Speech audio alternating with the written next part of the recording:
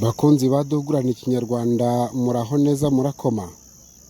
Reka twizere ko uyu mugoroba umeze neza aho muri hose, baba abari i Rwanda, abari hakurya y'inkiko zarwo ndetse n'ibwota amasimbi. Reka rwose twizere ko mufite amahoro kandi n'amahoro mutayabura.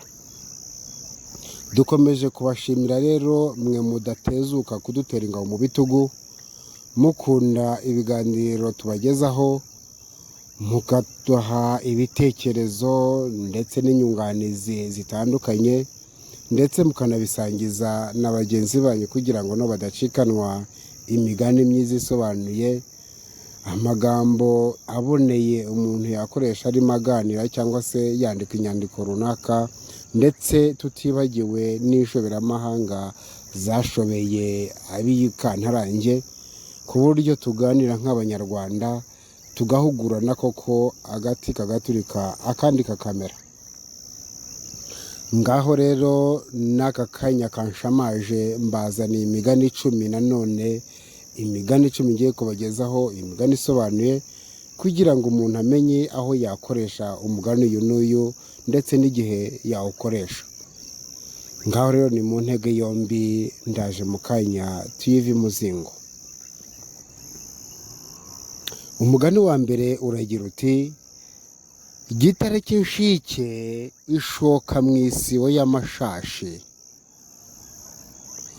Baravuga ngo igitare cy'inshike ishoka mu isibo y'amashashi. Uyu mugani ushatse gusobanura iki? Uyu mugani ufatiye ku magambo abiri, inshike ndetse n'amashashi. Inshike bivugwa ku muntu udafite urubyaro, ntimubyitiranye n'ingumba kuko ingumba nitabyara. Inshike ahubwo n'udafite abana.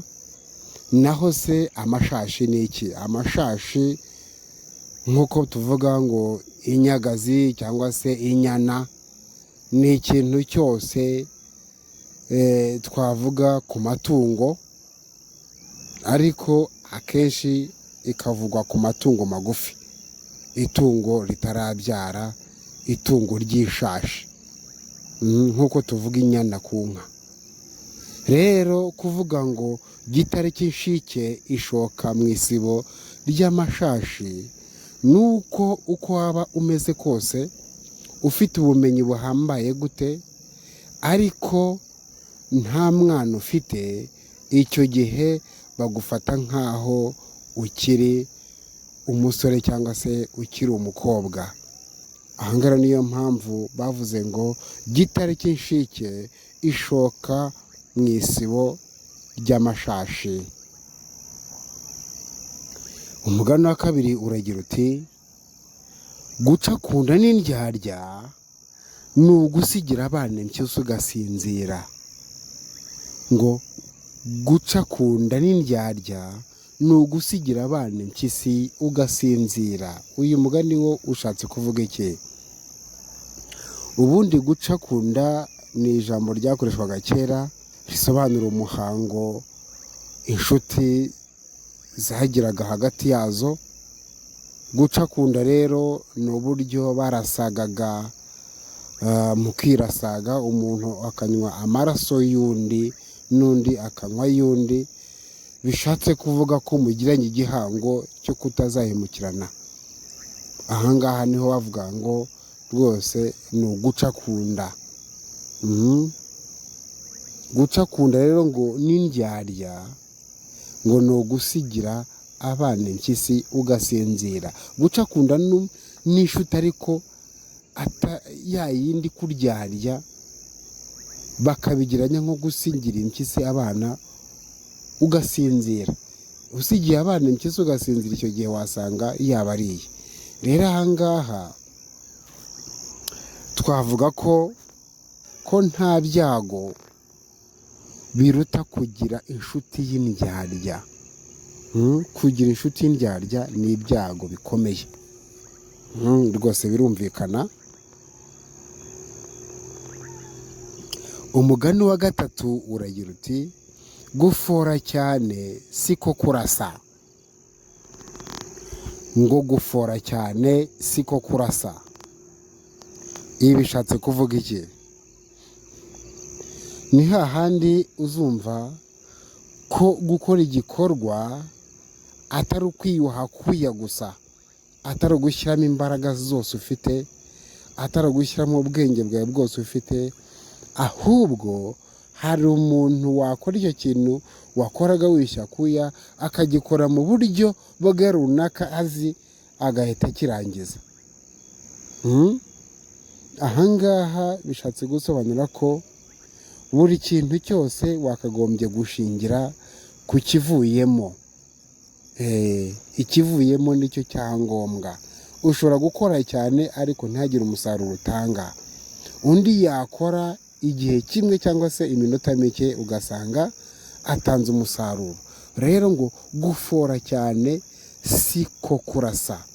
Gukora cyane, kwiyuha kuya, icyo gihe si byo bitanga umusaruro. Ahubwo gukora by'intego ukoresheje uburyo bugezweho ndetse n'uburyo bwa gihanga bishobora kuguha umusaruro. Umugani wa 4 uragira uti guha inda ni ukuyirariza. Reka ngutsindagiye rwose ngo guha inda ni ukuyirariza. Ibi bishatse kuvuga iki? Burya iyi nda yacu bajya bavuga ngo amacumu y'inda ntashira igorora. Ngo amacumu y'inda ntashira igorora. Umuntu ushaka ibyo kurya, umuntu ushaka ibyo kunywa, ushaka ibyo gushyira muri iyi nda dufite imbere ahangaha, ntabwo ashyira isuka hasi, ntashyira gukora hasi, ntaruhuka gukora rwose, ahubwo ahora akora kuko iyi nda ihora itubaza. Amacumu y'inda ntashira igorora. Rero iyi ngo guha inda ni ukuyirariza bishatse kuvuga ko uyu munsi nuyihaza, ejo nabwo uraba washonje ikubaze. Ejo bundi nikubaza uzayiha iki? Niba uyu munsi uyihaye, ejo ugasonza ikakubaza ukagira ibyo uyiha, ejo bundi n'ejo bundi nisonza se uzayiha iki? Ibi bishatse kuvuga ko guhinda ni ukuyirariza, ni ukugerageza ibyo wakoreye ukayihaho bike, ibindi ukabiteganyiriza ejo n'ejo bundi. Mu byo dukora byose ibijyanye n'inda ni ukuyiha ariko ukibuka kuyirariza, ukibuka kuyiteganyiriza. Nicyo bishatse kuvuga. Guhinda ni ukuteganya cyangwa se gushaka ibiryo cyangwa se ibidutunga, ni uguteganyiriza n'ejo hazaza kuko inda ihora itubaza. Umugani wa 5 uragira uti guha intanyurwa ni ugusesa. Ngo guha intanyurwa ni ugusesa. Uyu mugani rwose urumvikana. Nuko iyo umuntu ahaye intashima, intanyurwa, icyo gihe rwose uba upfushije ubusa ibyo uyihaye. Kuko burya umuntu ufite umuco, umuntu w'umunyarwanda mwiza ufite indangagaciro z'ubunyarwanda, nushimira kabone nubwo atagusubiza icyo wamuhaye cyangwa se atagusubiza ku byo nibura yaguhayeho umuntu aguteganyaho, ariko ijambo urakoze, ijambo murakoze, ijambo turabashimiye ni ijambo rigusha umuntu neza. Rero guha intanyurwa ni ugusesa. Guha umuntu udashima ni ugupfusha ubusa ibyo umuhaye, kuko indashima ntiyamenya ineza yawe wayigiriye. Umugani wa 6 uragira uti guherekeza utagushaka bitera inzira agahinda. Ngo guherekeza utagushaka bitera inzira agahinda. Uyu mugani ushatse kuvuga iki? Burya urukundo nibyo rwose biri gushingiraho. Umuntu yagakunze umukunze, kuko burya urukundo ruryoha ari uko ukunze nawe akunzwe, bikaba amagirirane, bikaba mpanguhe. Akarya jambo rikubira hamwe urukundo rigira riti nkunda ndushe. Nkunda ndushe. Iryo jambo rwose rigizwe n'amagambo abiri ko risobekeranyemo ubutumwa bwiza kandi buboneye, ati nkunda ndushe. Ahangaha rero guherekeza utagushaka aribyo bitera inzira agahinda. Nuko iyo uherekeje umuntu utagushaka urababara, ukananirwa, ugasanga urugendo rukubereye urugendo, aho wakagenza isaha imwe ukumva ni nk'umunsi, bitewe n'uko umutima wawe utishimye. Ahangaha bisobanuye mu magambo yoroshye, ariko tugiye mu kinyarwanda cyiza, nuko burya gukunda ugukunda ni akarusho, naho gukunda utagukunda bikababaza umutima. Twabihuza n'uyu mugani wundi ujya ugira ngo gupfumbata utagushaka bitera intoki amazinda. Ngo gupfumbata utagushaka bitera intoki amazinda. Uyu mugani nawo burya ushaka kugaragaza ko gukunda utagukunda bitera agahinda, bitera umutima umubabaro. Rwose gupfumbata utagushaka wumva intoki zimupfumbase nk'aho atari intoki, nk'aho zitagenda, nk'aho zidakoze ku muntu, kandi ari umuntu koko upfumbase. Rwose bitera intoki amazinda. Amazinda ni ukwibagirwa, ni ukugira ukwibagirwa kwinshi. Nibyo bita amazinda. Navuga ngo uriya muntu agira amazinda, nuko bashatse gusobanura ko uriya muntu burya bashatse kuvuga ngo uriya muntu akunda kwibagirwa. Umugani wa 7 uragira uti gukubita umugore udakoye ni uguhanira rubanda. Uyu mugani rwose navuga ko utagezweho, kuko burya ibintu byo gukubita umugore cyangwa se gukubita umugabo ntabwo ari iby'i Rwanda, nubwo byahozeho ari nk'umuco bimitse, aho bavuga ngo ubukene butera umugabo kutikubitira umugore, ndetse n'abagore benshi kera bajyaga bavuga ngo umugore nukubiswe. Ndumva uyu mugani utagezweho, ariko twagombye kumenya kubaho, kuko gukubita umugore udakoye ari uguhanira rubanda. Bishatse kuvuga iki? Bishatse kuvuga ko umugore iyo wamukoye uba umufiteho uburenganzira, abagukunda ndetse no kwa nyoko bukwe baba bakubaha, ku buryo niyo hari agatotsi kavutse hagati yanyu ni ukubunga by'ako kanya, kuko burya gukoranura cyangwa se ugasanga habaye agatotsi mu muryango mwaragiye imbere y'Imana n'amategeko ndetse n'imiryango migari, byabaga ari ishyano, ndetse na n'ubu ni ishyano niko navuga. Ariko burya gukubita si byiza, ahubwo hano uyu mugani uragaragaza ko burya guhana cyangwa se kubwira umuntu nabi udafiteho uburenganzira ntabwo ari byo. Iki gihe wahana ugahanura umuntu aho kugira ngo umugirire nabi cyangwa se umukubite, umukore ikindi kintu runaka cyababaza umubiri, kandi nanone utamufiteho uburenganzira.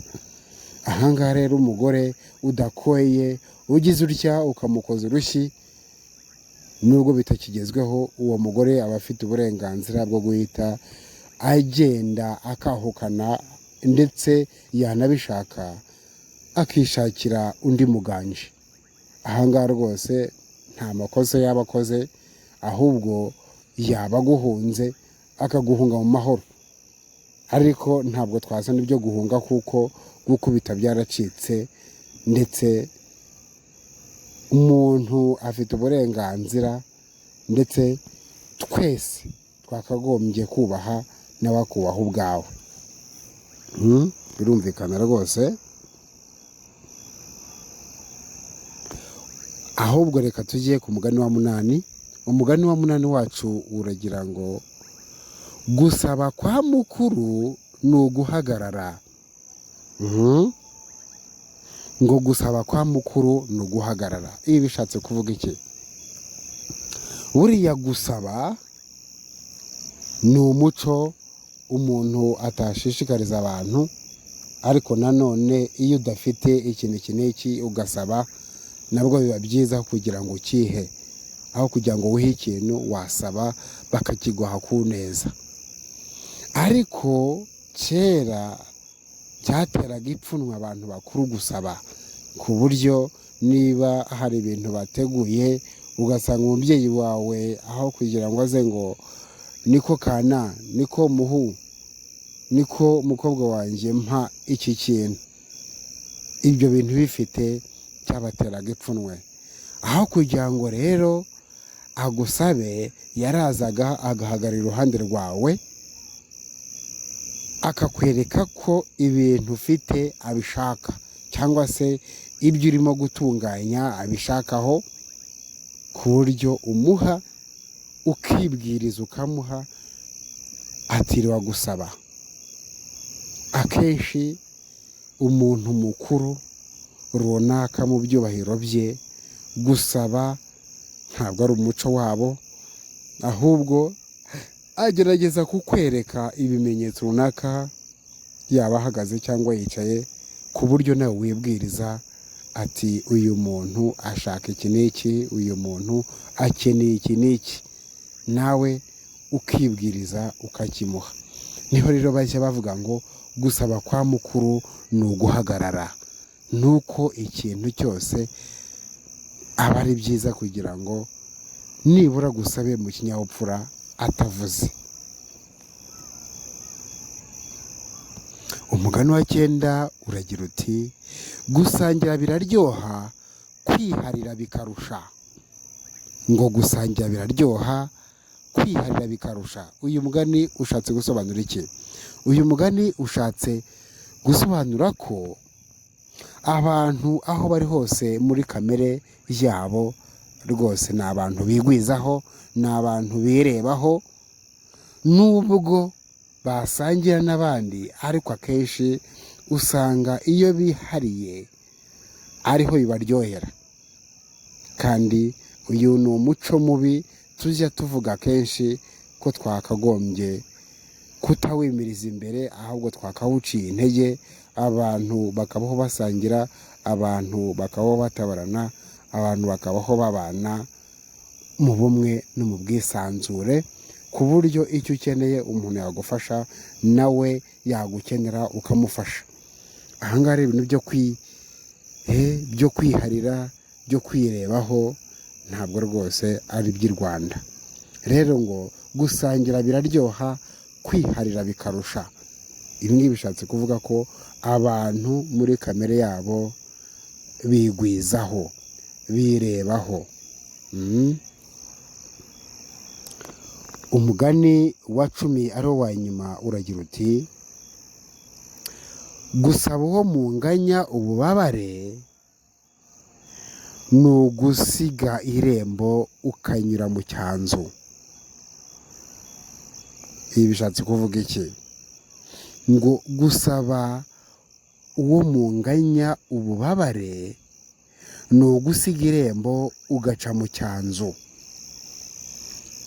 Ijambo icyanzu bishatse kuvuga iki? Icyanzu ni nk'akayira gato kaba gaca mu gikari cyangwa se ahiherereye inzu cyangwa se igipangu cyangwa se urugo, noneho ako kayira kagahura n'undi muhanda washakaga kunyuramo, niho bavuga ngo ni icyanzu.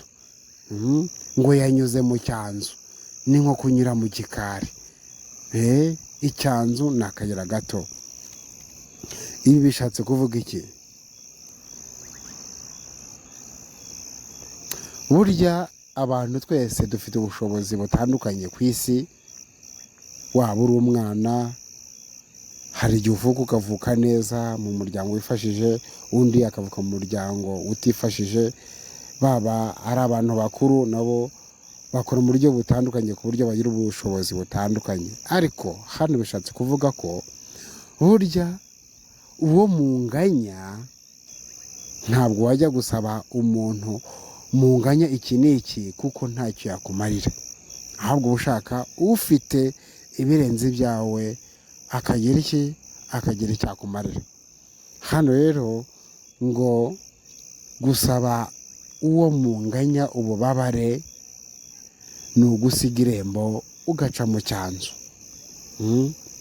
Nta muntu utanga icyo adafite, nicyo bishatse kuvuga. Turabashimiye rero, naha dusoreje ikiganiro cyacu kibanze ku migani 10 isobanuye ku buryo umuntu yamenya aho yakoresha umugani uyu n'uyu, kandi twifuza ko igihe umugani ukwisobye byazaba byiza wanditse mu bitekerezo maze ukadusiganuza natwe tukagusobanurira, kuko twese turi kuri uru rubuga dushaka ko twahugurana ikinyarwanda, twahugurana imvugo nziza iboneye, imvugo inoze umuntu yakoresha aganira, yandika neza, ku buryo koko umuntu yavuga imvugo nziza yashimwa na bose. Dukomeje kubashimira kandi uburyo mudahwema gukurikira ibiganiro byacu, ndetse munakanda kukazogera kugira ngo muzajye mubona ibiganiro tubagejejeho ako kanya. Uko mudukurikira niko bidutera imbaraga zo kugira ngo dukomeze tubategurire ibiganiro byiza by'imbaraga n'imbaduko, ku buryo tubagezaho rwose imvugo iboneye umuntu yakoresha aganira. Ubu mvuga tugeze ku 1000, abantu 1000 rwose ni benshi, ntabwo nabakamira mu kitozi. Ndakomeza kubashimira kandi mbifuriza gukomeza kudutera ingabo mu bitugu. Natwe turahababereye kugira ngo tubagezeho ibibashimisha. Mukomeze kugira umugoroba mwiza aho muri hose. Mwari kumwe na Ntakirutimana Alexandre.